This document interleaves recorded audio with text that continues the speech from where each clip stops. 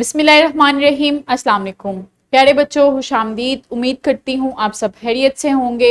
मैं हूँ आपकी टीचर आमना अमाद। जैसा कि आप जानते हैं, हम बाब नंबर 4 पढ़ रहे हैं। मुसलमान जनूबी एशिया में 1206 ईस्वी से 1526 ईस्वी तक दिल्ली सल्तनत के बारे में पढ़ रहे हैं। तो प्यारे बच्चों, आज का सबक पढ़ने के बाद आप इस काबिल हो जाएंगे कि ममलूक खानदान के आगाज और हिंदुस्तान में इनकी हुकूमत की वजाहत कर सके।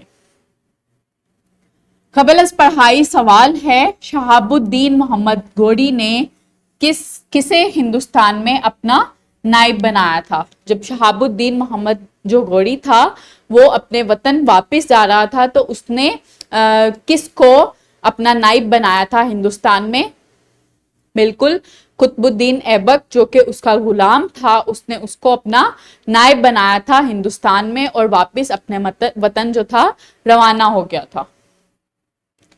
ममलूक खानदान, जिसको स्लेव डिनेस्टी भी कहते हैं, ममलूक खानदान हिंदुस्तान में मुसलमानों का पहला हुक्मरान खानदान था।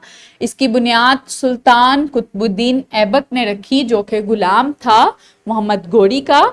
जब मोहम्मद गोरी जो था वो वापस अपने वतन रवाना हो रहा था तो उसने कुतुबुद्दीन ऐबक को वहां पे अपना नायब बना दिया था। तो कुतुबुद्दीन ऐबक ने ममलूक खानदान की बुनियाद रखी थी वहां पे और वो पहला हुक्मरान था ममलूक खानदान का। ममलूक खानदान जो था वो गुलामों का खानदान था और जितने भी जो हुक्मरान थे वो वहां पे गुलाम थे, वो कोई अमीर या कोई सरदार नहीं थे। इसीलिए इसको गुलामा खानदान भी कहते हैं और स्लेव डिनेस्टी भी कहते हैं।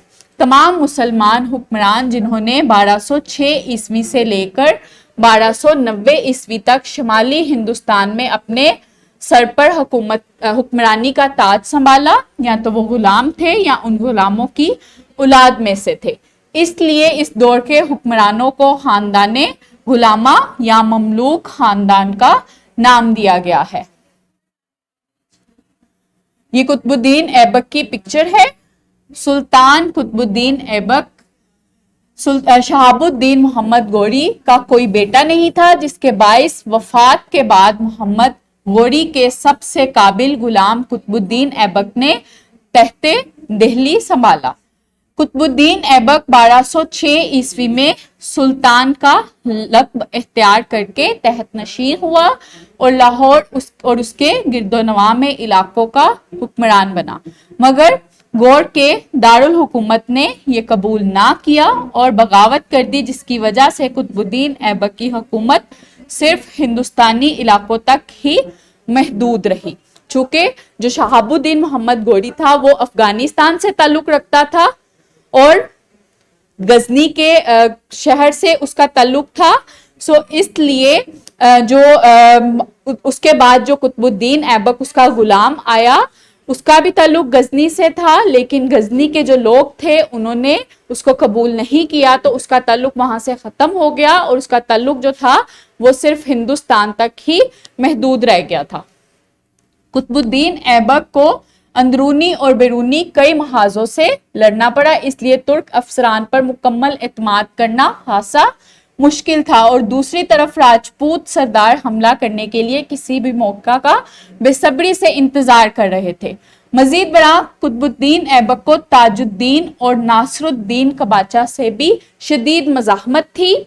ताजुद्दीन जो गजनी का हुक्मरान था और कबाचा जो उच्च शहर था उस वक्त वहां का हाकिम था, जो कि दिल्ली का ताज अपने सर सजाने के हवा था। ये दो लोग थे, एक गजनी का हुक्मरान और एक जो उच्च शहर का हाकिम था। उससे शदीद मज़ाहमत का इसको सामना था और ये दिल्ली का जो ताज था वो अपने सर पहनने के ख्वाहिशमंद थे, जिसकी वजह से जो कुतुबुद्दीन ऐबक था उसको बहुत मुश्किलात का सामना करना पड़ा।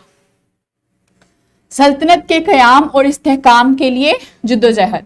तमाम मुश्किलात के बावजूद कुतुबुद्दीन ऐबक मजबूत कुव्वत इरादी के साथ डटा रहा और इसका हर कदम फूंक फूंक कर रखना पड़ा। इसने दिल्ली और लाहौर में अपने आप को मजबूत किया।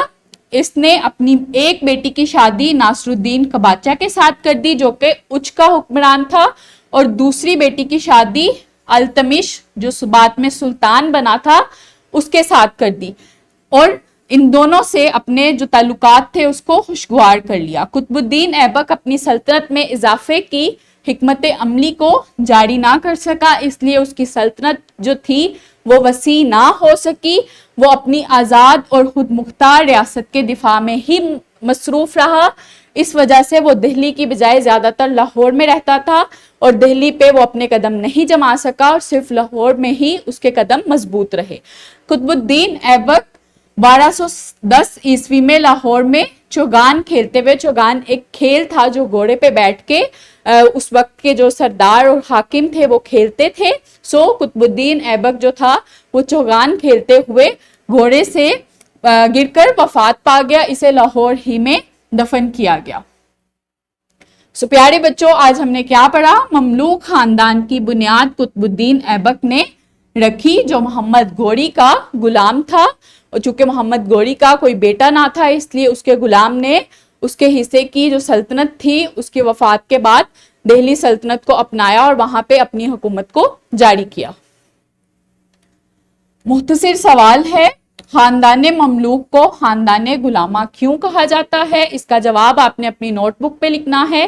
امید کرتی ہوں آپ کو آج کا سبق اچھے سے سمجھ آیا ہوگا۔ ملتے ہیں اگلے سبق میں، اپنا بہت خیال رکھیے گا۔ بہت شکریہ، اللہ حافظ۔